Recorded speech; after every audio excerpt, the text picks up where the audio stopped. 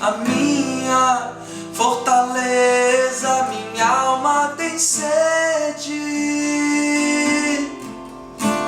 de ti, Senhor. Com júbilo nos lábios te louvo, ó meu Rei, debaixo de tuas asas encontro abrigo. Ó Deus, tu és o meu Deus forte, a minha fortaleza, minha alma tem sede de ti, Senhor. Com júbilo nos lábios te louvo, ó meu Rei, debaixo de tuas asas encontro abrigo. Te louvo, eu te bendigo, porque és bendito, ó Senhor. Glórias ao Deus eterno. Te louvo, eu te bendigo, porque és comigo, ó Senhor. Glórias ao Deus eterno. Te louvo, eu te bendigo, porque sempre és comigo, ó Senhor. Glórias ao Deus. Ó Deus, tu és o meu Deus forte, a minha fortaleza, minha alma tem sede de ti, Senhor. Com júbilo nos lábios te louvo, ó meu Rei, debaixo de tuas asas encontro abrigo. Te louvo, eu te bendigo, porque és bendito, ó Senhor. Glórias ao Deus eterno. Te louvo, eu te bendigo, porque és comigo, ó Senhor. Glórias ao Deus eterno. Te louvo, eu te bendigo, porque sempre és comigo, ó Senhor. Glórias ao Deus eterno, eterno, ao Deus eterno.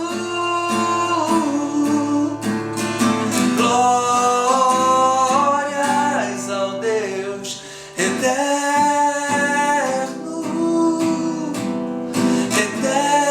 eterno, ao Deus eterno.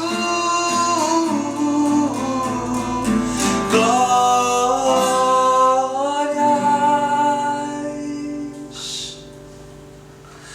eterno.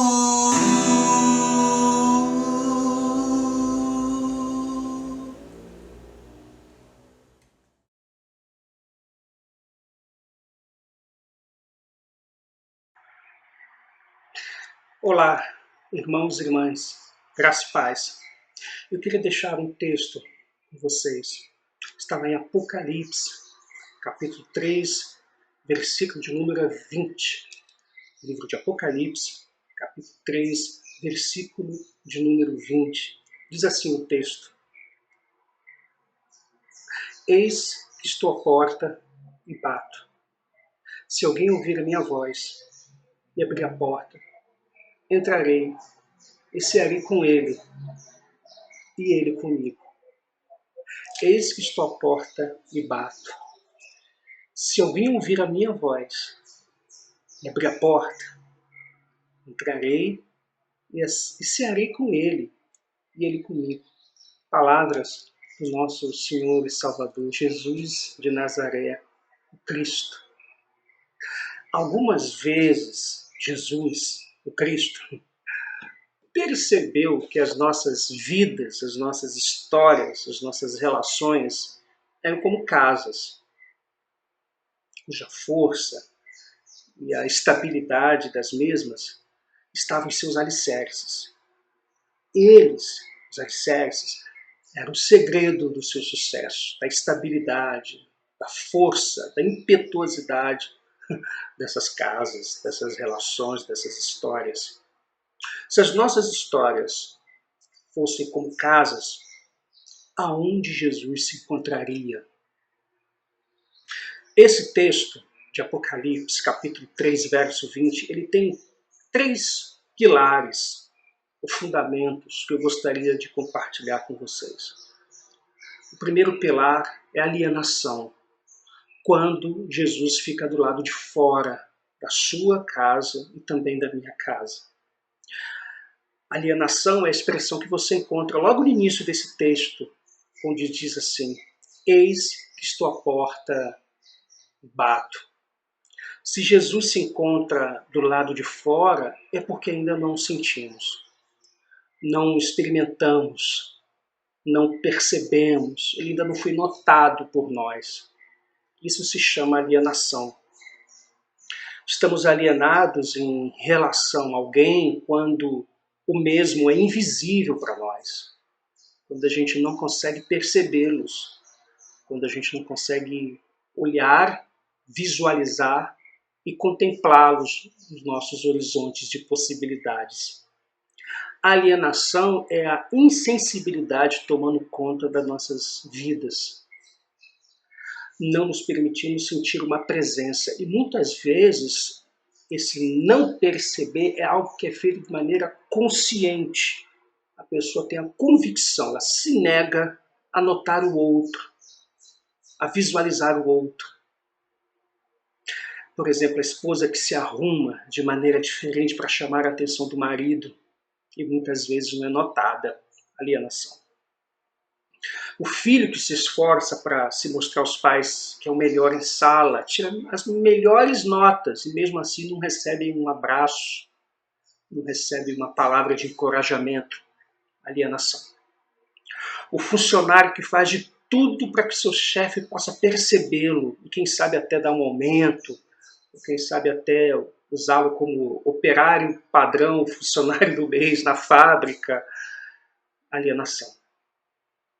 Por outro lado, irmãos e irmãs, o ato de bater a porta, que é exatamente isso que Jesus faz, eis que estou à porta e bato, nos remete à ideia de um Deus que se utiliza de todos os meios para ser notado também. Se utiliza de todos os caminhos, através de situações incomuns ou comuns, fatos sobrenaturais, ou até mesmo um momento como esse de exposição bíblica, acabam se tornando e se confundindo com o próprio Deus tentando ser notado por nós. Eu gosto muito daquele Salmo de número 19, versículo 1, versículo 2, mas na versão A Mensagem, do pastor Eugene Peterson, que diz o seguinte: a glória de Deus viaja pelos céus. As obras e a arte de Deus estão expostas no horizonte. A senhora Alvorada ministra as aulas todas as manhãs, e o professor anoitecer leciona o curso noturno. Nós chamamos isso de revelação natural. Significa que a vida, o planeta, a criação, é uma prova incontestável de um Deus amoroso que gosta de nos surpreender nos seus atos de gratidão, de alegria, de prazer. É um Deus que só quer ser amado e notado também por nós, e que está batendo a porta, muitas vezes se utilizando das situações como esta. Uma paisagem maravilhosa que você visualiza, o pôr do sol, para vocês, por exemplo, que gostam de fazer fotos, e aí você encontra aquela paisagem certa bela, e por uma questão de segundos, vocês registram, seja na câmera do celular ou na câmera profissional, aquelas imagens mostram que é um Deus que quer nos lembrar de que a vida é muito mais ampla, muito mais rica, que a nossa existência não é vã, que está para além dessa realidade. Isto é, o Deus batendo a porta para romper o primeiro princípio que está aqui, chamado alienação.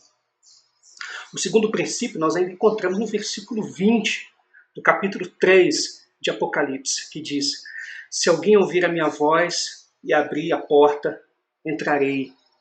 Esse segundo princípio chama-se aproximação. Se alguém ouvir a minha voz, abrir a porta, entrarei. Aproximação é quando Jesus passa a viver dentro da sua casa, dentro da minha casa, dentro das nossas histórias, dentro das nossas relações. Isto chama-se aproximação.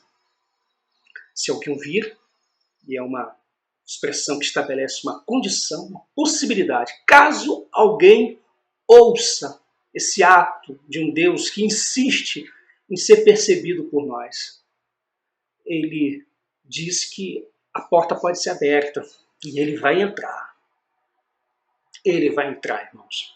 E quando ele entra, quando ele se aproxima, quando Jesus passa a se mover dentro das nossas casas, dentro das nossas relações, dentro das nossas histórias, existem 4 áreas, existem 4 ambiências, onde ele veste de maneira exaustiva e intencional.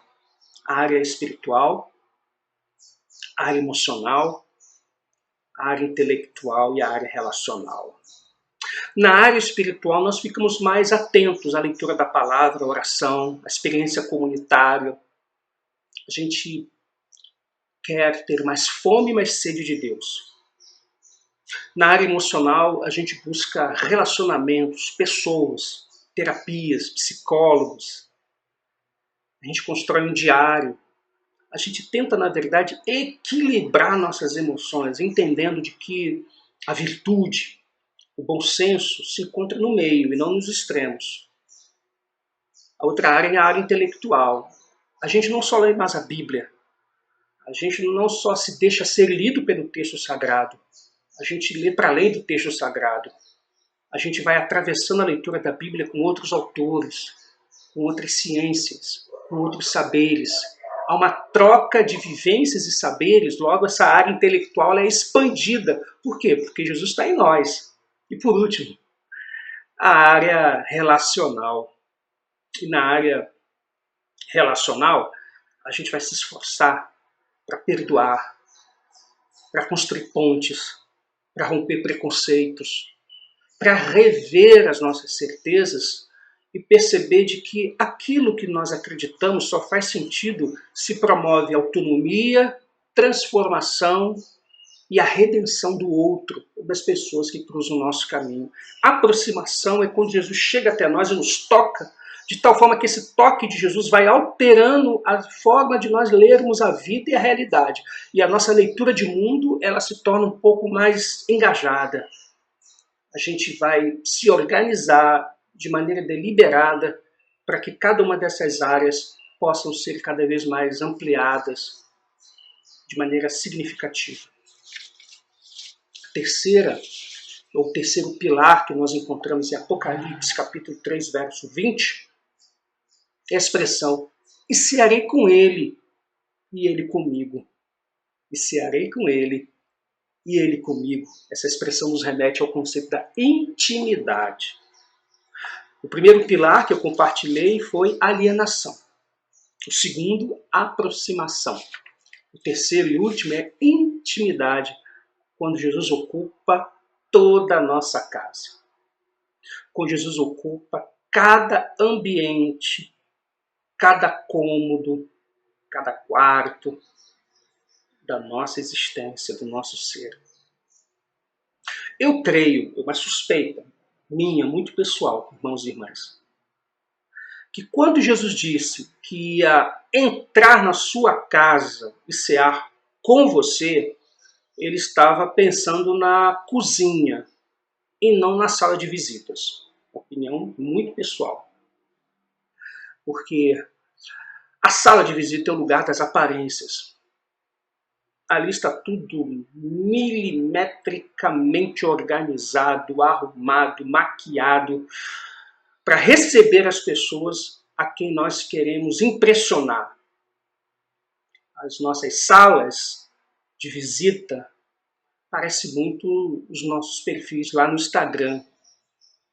Nós queremos impressionar pessoas que a gente não conhece, não só para ganhar uma curtida, uma visualização nos stories, mas até mesmo para termos mais seguidores, porque ali a gente vende a imagem de que somos pessoas felizes, radiantes, principalmente bem-sucedidos e bem-sucedidas. Temos algo a oferecer, nós somos influenciadores, mas não é na sala de visita ou na sala que Jesus quer cear. Jesus quer cear na cozinha. A cozinha é o lugar, é o espaço, o local da espontaneidade.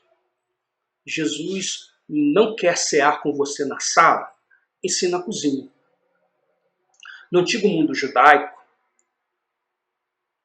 uma refeição tinha 3 princípios, ou tinha 3 significados: afeição, confiança e intimidade. Afeição, confiança e intimidade.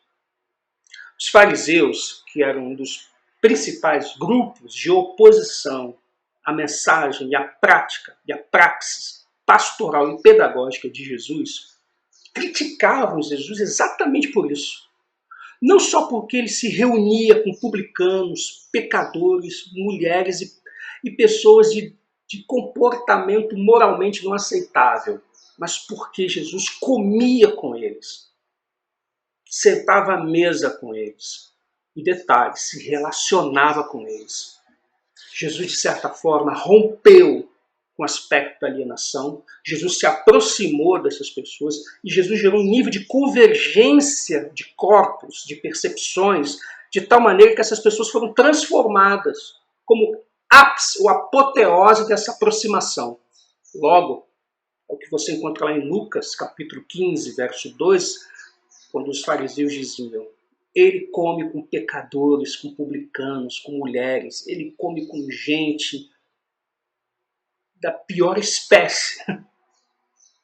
Eu entendo que a intimidade nos propõe 2 caminhos. O primeiro caminho: Deus não tem filhos favoritos, mas amigos e amigas mais chegados, mais íntimos. Deus não tem filhos favoritos. É bom sempre lembrar que Deus nem é cristão, e muito menos evangélico. De tal maneira que Deus, ele tem amigos nos lugares, nos grupos, nos coletivos, nas instituições religiosas das mais diversas, mais plurais. Também podemos entender a intimidade como um segundo outro caminho, ou a segunda outra possibilidade na nossa espiritualidade chamada cristã.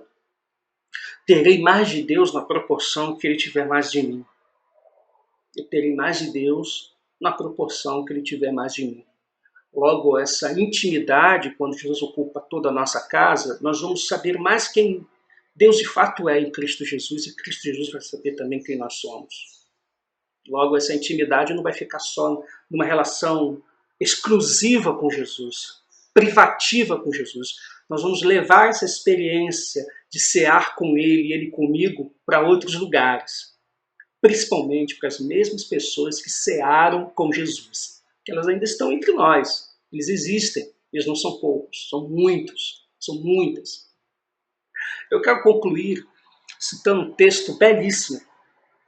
Está lá em Hebreus, capítulo 3, do verso 7 ao verso 8. Hebreus, capítulo 3, do verso 7 ao verso 8, onde o autor aos Hebreus ele diz o seguinte, irmãos e irmãs: portanto, como diz o Espírito Santo, se ouvirdes hoje a sua voz, não endureçais os vossos corações, como na provação no dia da tentação no deserto.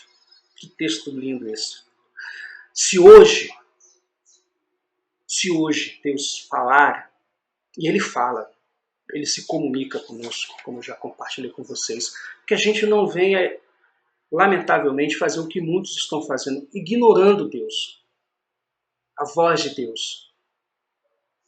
Deus nos chama não só para a experiência de cuidado, de acolhimento, de prazer, de estarmos na presença dele, de adorá-lo, mas também a gente tem entendido, não só eu, mas outros, que Deus também é encontrado no outro, na outra, em particular em territórios onde há sofrimento, onde há ausência de vida, onde o inferno opera numa lógica necropolítica, onde determinados corpos, determinados sujeitos, além de serem matáveis, não têm direito algum de lutar pela sua existência.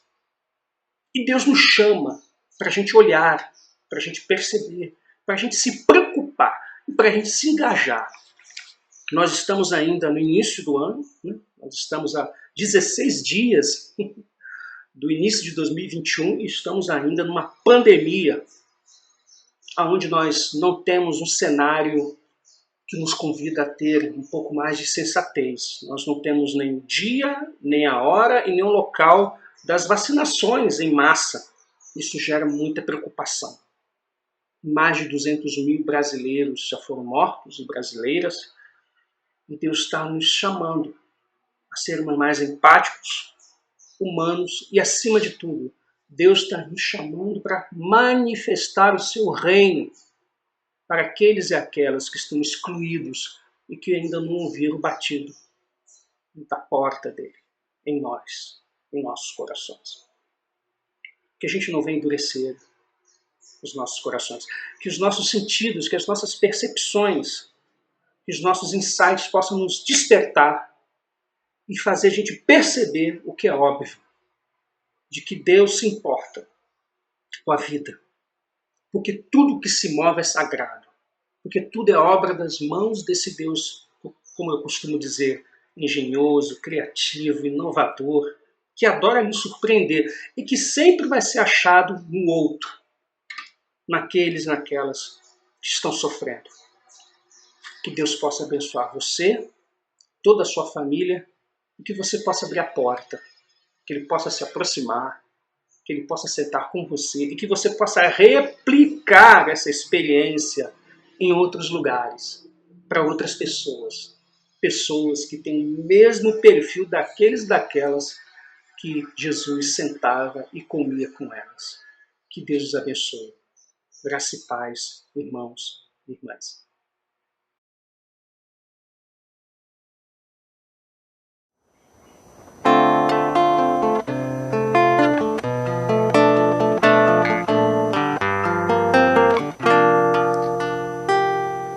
Mesmo que as estrelas se recusem a brilhar e que os rios esqueçam de correr de encontro ao mar, teu amor fiel hoje até o final nos guardará. Nos guardará.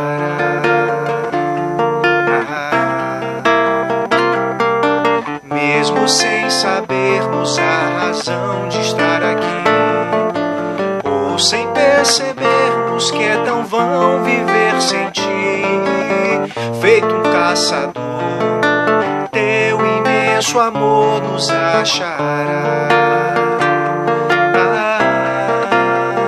Nos achará.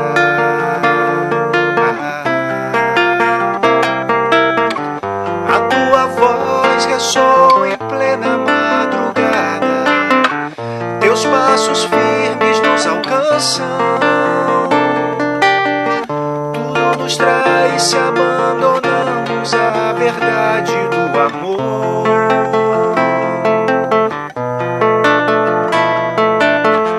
Tudo perdemos se perdemos a riqueza desse amor.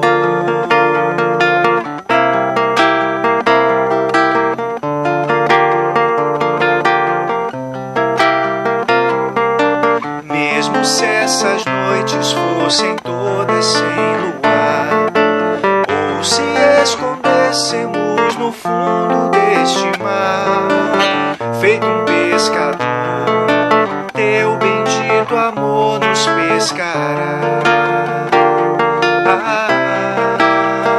Nos pescará. A tua voz ressoa em plena